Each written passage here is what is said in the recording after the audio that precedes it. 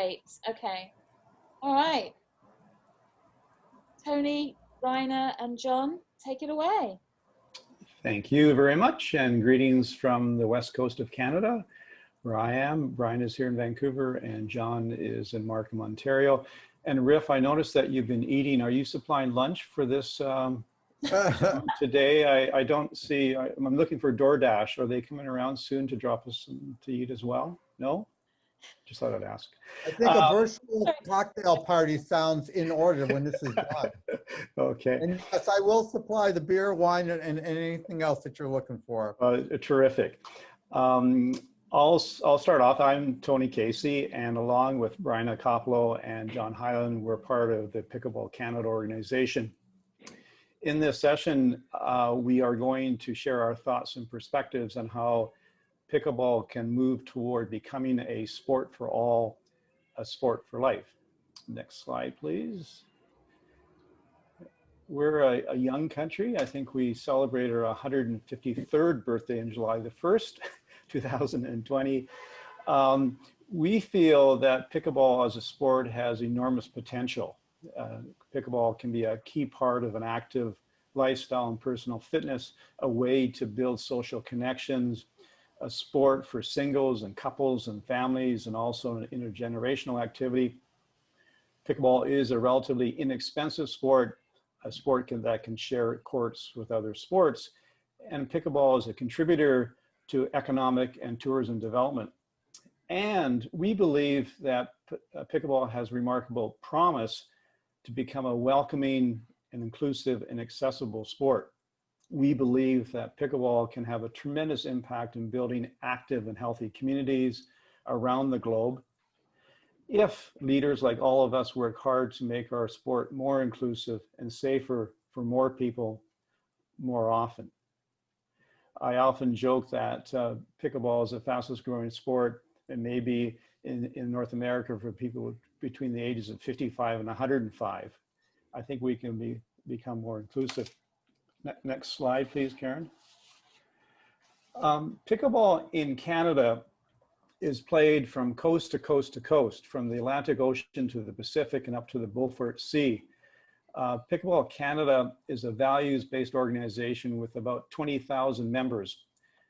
2017, we had 7,500. We now have about 20,000. Our objective today is to discuss the concepts of inclusive pickleball and safe pickleball, what they mean to us and why we believe it matters. We will review some ideas for moving forward in this particular area. Pickleball clearly is a developing sport. Pickleball Canada is also a developing organization. We are young, we haven't been around very long, and we are moving forward with a number of different strategies as we take action. So we will share with you today what we aspire to be as we find our way in this marvelous sport, find our way to help pickleball become a sport for all. Next slide. Pickleball Canada is driven and guided by our purpose, our core values, our vision, and some goals. The purpose of our organization is to develop and sustain a dynamic, integrated Canadian system that promotes participation and competition and excellence in pickleball. We have 3 core values. The first one relates to our sport embraces and supports players of all ages, abilities, and interests. We foster social connections and a sense of community. Secondly, as a core value, we're innovative and progressive, and we engage our partners and empower passionate leaders. Thirdly, regarding safety, we believe that players, coaches, officials, and other volunteers have a right to be free from harassment, abuse, unethical behavior, and discrimination. The vision that we have for Pickleball Canada is that the number and diversity and achievements of Canadians playing pickleball will steadily increase as Pickleball Canada thrives as a world-class national sport organization. To help us become a sport for all, a sport for life, we have a set of 5 sport development goals. The first 4 are related to the introduction to pickleball. Secondly, recreational pickleball. Thirdly, competitive pickleball. and fourthly, high performance pickleball. We believe, and also a fifth one related to using pickleball as a tool for social and economic development, the promotion of positive values, and the building of healthy, active communities. We also believe, importantly, that pickleball should become an Olympic sport. And we believe that if we demonstrate that the values of pickleball as a sport are aligned with the values of the Olympic movement, that we will be successful. Now I'd like to pass it over to John Hyland. When we look at inclusive pickleball, equity, safe sport, what we mean is for inclusive is that feeling and reality of actually belonging, being able to participate in ways that are meaningful, understanding, respecting diversity, actively involving people from diverse groups. When we look at equity, we look at allocating resources, developing programs, making decisions that result in opportunities for all participants, using a lens to examine barriers and improving access. And importantly, when we look at safe sport, it's about creating the environments to participate and compete in without fear, protecting the security, safety, and health, social and physical, of our young people, of everybody that's participating, vulnerable populations, officials, and volunteers. Bryna, I'll hand it over to you.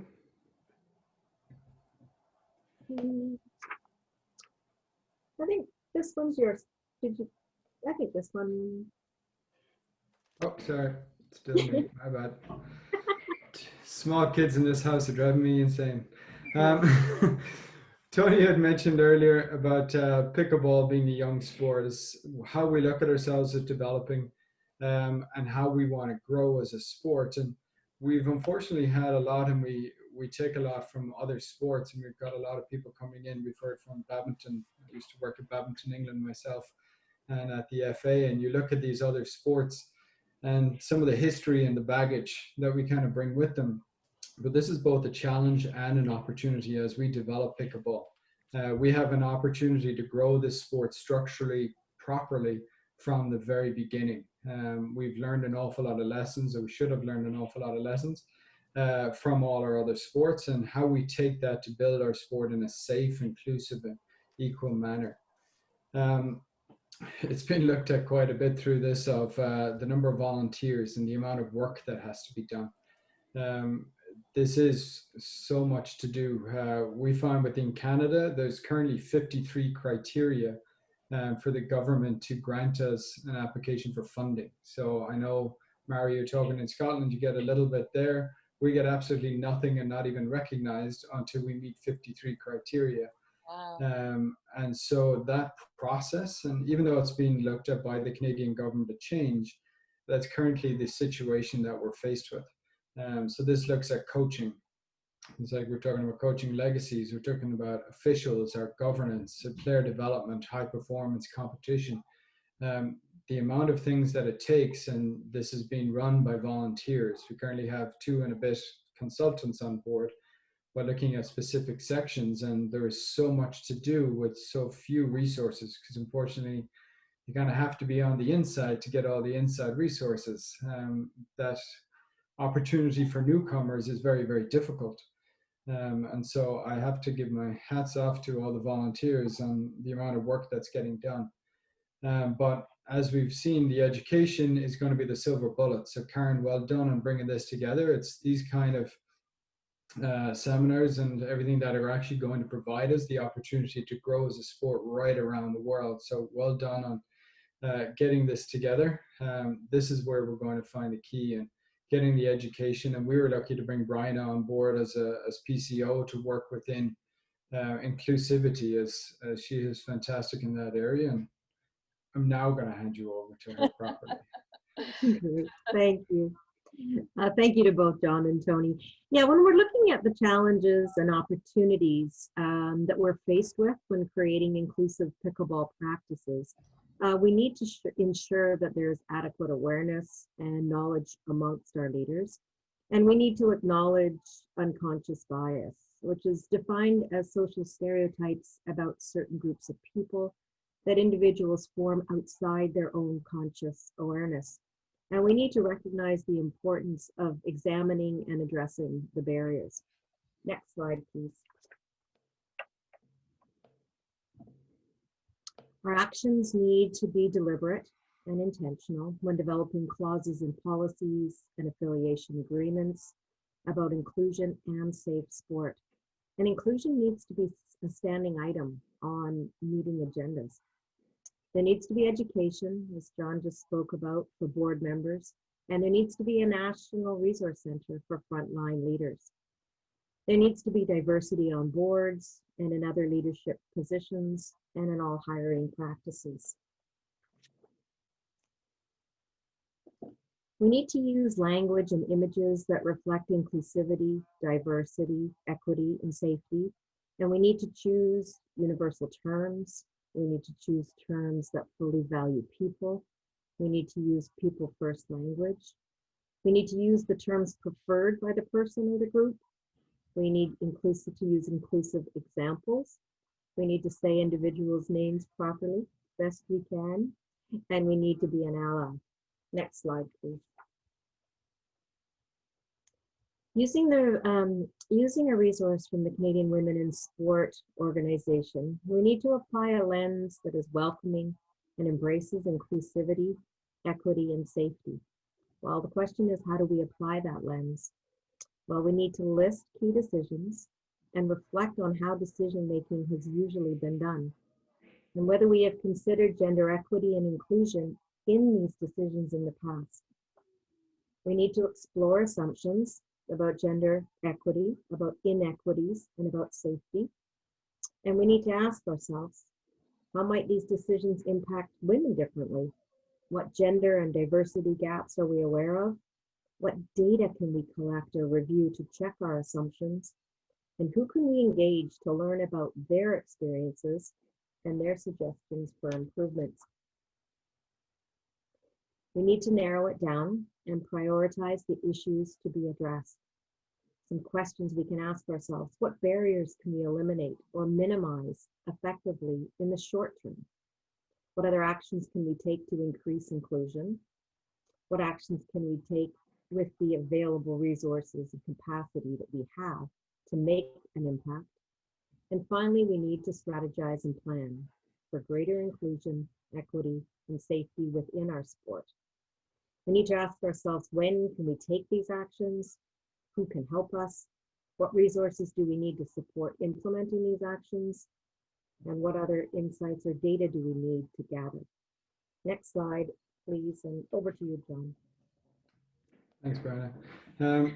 As we look at best practices, we're kind of talking about it here. We've had a look across the entire country that we have in Canada. It's massive. Coming from a small place in Ireland, I find this quite intriguing in Canada. And we look at Vancouver, we look at Toronto, but we also have territories that are really out in the middle of nowhere. We've got the Atlantic region with sparse population, smaller towns and cities. So we've put about going out and asking the questions. We've started surveying, and we've started kind of finding and collecting all this data to find, well, what are different people doing? So as to find, well, what works at transitioning from schools to clubs. Some don't even have clubs, so they're just working within their municipalities. So some of these different concepts that are going right across the country and making sure they're sharing them. So we're creating that network within our organization to help each other. So we're now going to create a section on our new website that looks at doing this and opening a discussion board. So as members can start to have these conversations on there and to start actually using themselves. And we're going to write up some good practices as a start and an example to get that moving. But one of the things I learned from living and working in England was community sports networks. This was done as a legacy leading up to 2010 Olympics. It's kind of waned a little bit in the last couple of years, but what they did is looked at sports, creating these networks and communities by where you'd have a club as the center, you'd work with diverse communities, you work with your schools, you work with each different aspect and develop competitions and participation programs and try to grow the sport in that manner. So we're going to look at adapting that to develop that within our own system. And that allows us to then create within our platform, our technology platform, a more tracking and reporting. So as we're able to access more grants, we're able to access kind of better participation areas and help our other organizations as we look to integrate from a local level to provincial or territorial to a national level. So our 3 tiers that we're really trying to combine together as a way of building our grassroots to really develop the whole structure.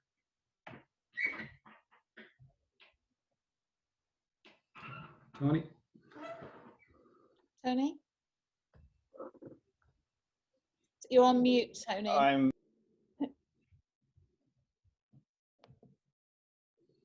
No, you're still muted. Am I That's it. okay now? Okay. Now you're okay. Thanks very much. That's our 10-minute presentation, and we've appreciated the opportunity to share our thoughts on as we strive to move forward and advance our sport as inclusive and safe. We wanted to thank you, Karen, for organizing this summit, and also to you, Riff, and Karen, to have the vision for pulling this together, and the vision to bring organizations together to discuss experiences and best practices. We believe that the notion of collecting and sharing concepts and approaches are central to the future success of our marvelous sport. We believe that pickleball can become a true sport for all, and we can get into the Olympic Games if we work together. We've listed a series of resources. One of the benefits of living in Canada is that we do have this national system and a huge support from the federal government. And so we have a number of organizations that are related to individual sports and also to multi-sports that have been tremendous resources to everyone in the country. So we've listed a series there. If you're interested in learning more about any of the resources that we have in Canada, please let us know. You can send a note to me at VP-operations, etc. And also, as John said, we're in the process of reworking our website, but there's information there as well. So that's our presentation for this morning, this afternoon, this evening, and we're open to any questions you may have. Thank you, Bryna, John, and Tony. One of the things that keeps coming out of the presentations is the need for volunteer resources. If you're really going to be inclusive in this sport, presumably it's going to require different knowledge and experienced volunteers to help here. And how do you start to tap in to those types of resources? You want to start first, Bryna, your first comment? Yeah, I think it can be. I think it can be done. I think it's quite overwhelming. I appreciate the question and don't have any sort of ideal that it's good, that it's a quick fix. But I think it comes with education. I think what happened, education and discussion. I mean, and dialogue. You start with sharing the resources. You start with some of the great webinars and e-learning, just to get people thinking about this particular area that has grown quite significantly over the last decade. So you're at least a foundational place, and then the conversation just needs to continue, understanding that everybody will be at different places of understanding. Thank you. Well, you've started that conversation here today, so thank you for that. Has anyone else got any questions? Sorry, I had to run Karen, a baby crying in the background here, but back if anybody has a question on my side. Okay. Thank you for making time, John, when you've got a busy family situation there. Any other questions for the Canadian team? Otherwise, you can get in touch with them via that email address that's on the screen right now. Just a comment, I think that we really do have to work hard to make our sport welcoming. I think there's a sense in some communities where people who may be new to the sport aren't welcomed onto the court, that there's sort of this group of people who are very familiar with one another. And so we're working hard on that, but volunteers are going to help to make it a place that people can feel comfortable to arrive, and they do get a good introduction to the sport. I think also in terms of volunteers, Mary, you mentioned the fact that you started off as a kitchen table operation, as we have in Canada. I think too that we have to be reasonable in terms of what our expectations are of volunteers. We have volunteers within our organization who are working 30 or 40 hours a week, and it's really quite remarkable. And I don't think that's a terribly healthy thing. So I think we need to be clear in terms of what we're really trying to achieve in terms of and be true to our values, but also be reasonable in terms of the expectations that we have of our volunteers and what we expect of one another in contributing to the growth and development of our sport. Thank you, Tony.